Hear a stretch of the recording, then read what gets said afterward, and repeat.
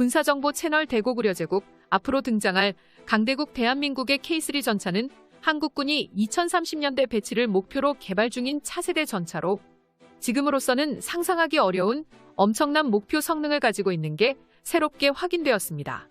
K3 전차는 주무장인 주포로 기존 활강포나 강선포를 사용하는 게 절대 아닌 군사강대국 미국과 러시아에서도 한창 개발 중에 열을 올리는 중인 전열화학포를 세계 최초로 장착하고, 전차의 뒤편에는 완전히 새로운 신무장 체계로 탄도미사일 형태의 대전차 미사일 장착을 목표로 두고 있죠.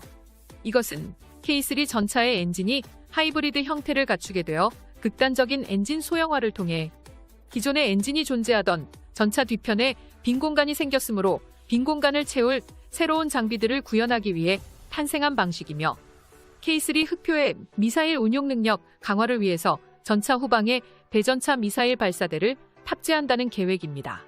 구독과 알림 설정은 영상을 제작하는데 매우 큰 힘이 됩니다. 고구려 제국 K3 전차에 탑재되는 대전차 미사일은 헤비 안티탄 와픈로 불리며 대형급 대전차 미사일, 가장 강력한 대전차 무기로 주로 기갑 혹은 항공기의 플랫폼으로 운영 가능한 가장 상위급 단계의 탱크킬러로 불립니다. 이러한 무기는 연대급 이상의 제대의 무기체계와 통합되어서 운영되는 무기라고 할 수 있으며, 기술력 향상에 따라 이제는 K3 전차 한 대만 있어도 수십 발의 대전차 미사일을 독자적으로 운영하는 단계까지 성장한 것입니다.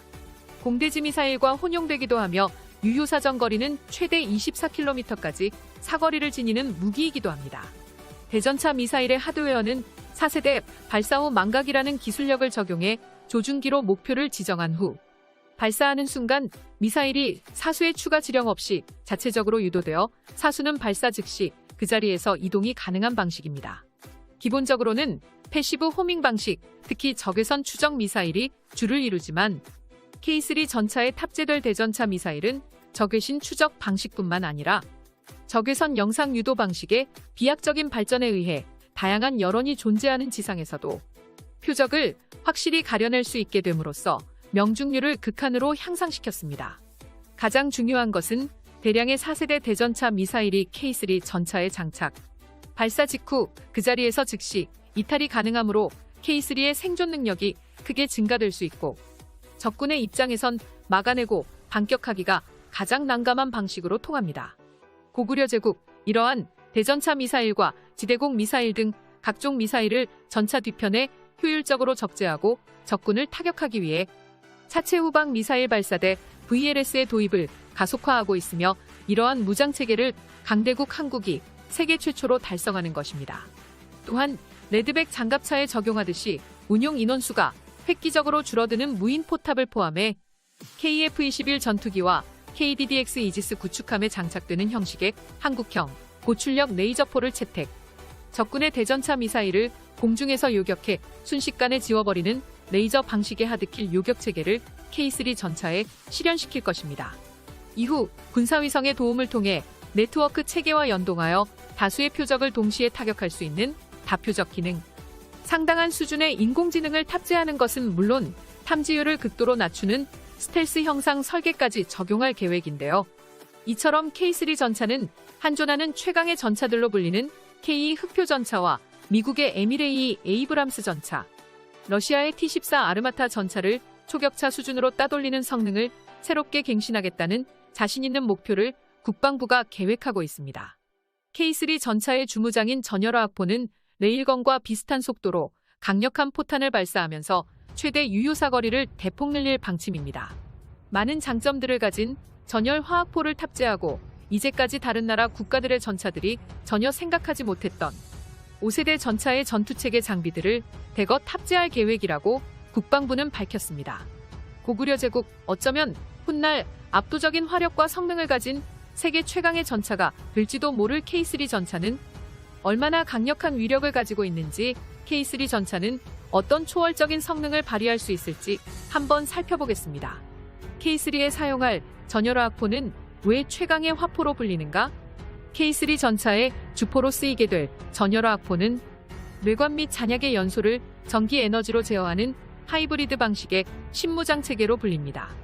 과거에 존재하던 화포 무장 주포들이 화학 추진제만으로 포탄을 가속시키는 형식을 가지고 있다면, 전열화학포는 화학 추진제가 연소할 때 발생하는 화학 에너지 그리고 외부에서 전해지는 전기 에너지를 병행하며 사용해 포탄을 극한으로 가속화시켜 관통력에서 세계 최강급 효율을 일으킵니다.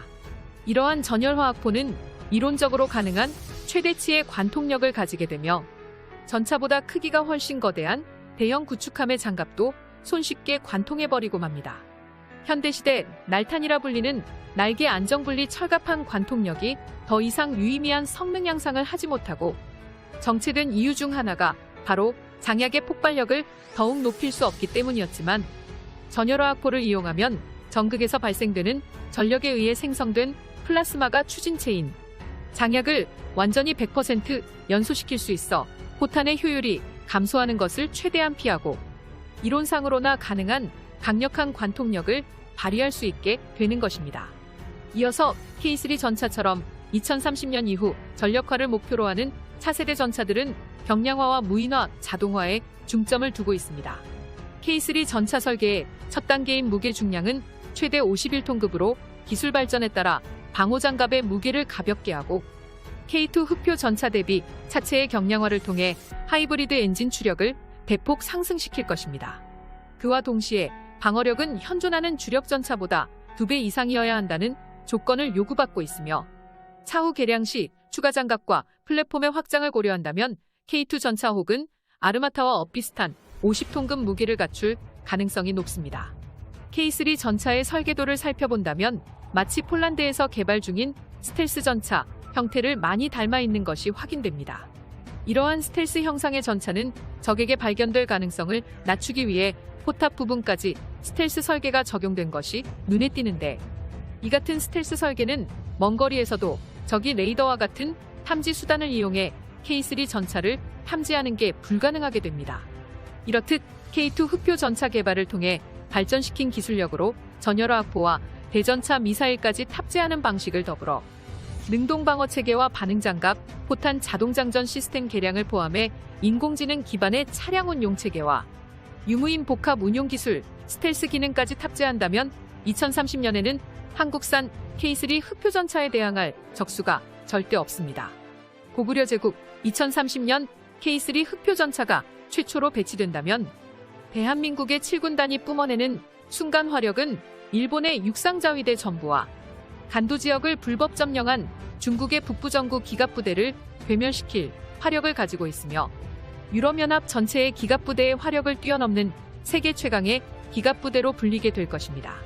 제7기동군단의 특성상 예하사단은 물론 모든 기계화 사단에 K3 전차가 배치된다면 7군단은 미국의 기갑부대까지 넘어서는 어마어마한 잠재력을 보유하게 되는 것이군요.